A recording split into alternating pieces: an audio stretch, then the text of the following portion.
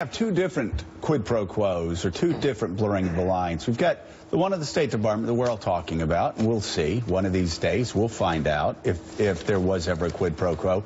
What we certainly have here, though, is on the foundation side, the use of a foundation to make hundreds of millions of dollars for the Clintons. Now, I wonder, is the Attorney General of New York going to shut the Clinton Foundation down like he shut the Trump Foundation down? I mean, which from what I've seen, I think the Trump Foundation probably needed to be shut down. But those are just nickels and dimes compared to the money here. They're using this foundation, and they're bragging about using this foundation to make the Clintons hundreds of millions of dollars. Shouldn't the Attorney General of the state of New York launch an investigation and at least shut down the foundation like they did with the Trump Foundation until they learn more? Because there's so much more money involved here.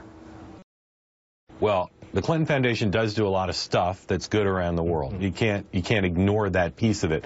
I think that the thing that's going to get more scrutiny again is, why were these people giving money? The Clintons would say, you know, the heads of these corporations were our friends, and we were in business with them, and that's why, and they learned about the foundation. Right, but Doug Bant himself says we're going to exploit the foundation to make Bill Clinton Inc. $66 million. We don't have to look into anybody's. Nicole, I don't have to wonder why the CEO of Dow Chemical wanted to give Bill Clinton $500,000 anymore. Doug Bant tells me he was shook down by Bill Clinton.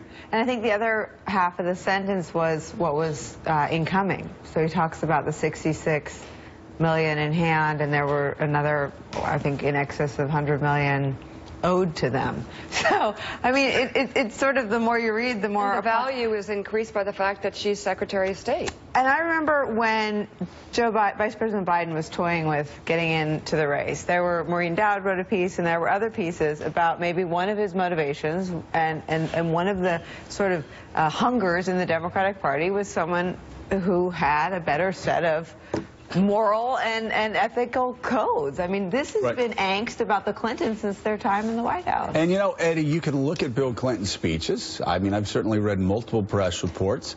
He made $250,000 for speeches, and then Hillary Clinton became Secretary of State. And suddenly, he became twice as effective a speaker because he started getting paid $550,000 per speech. I mean, it doesn't smell good.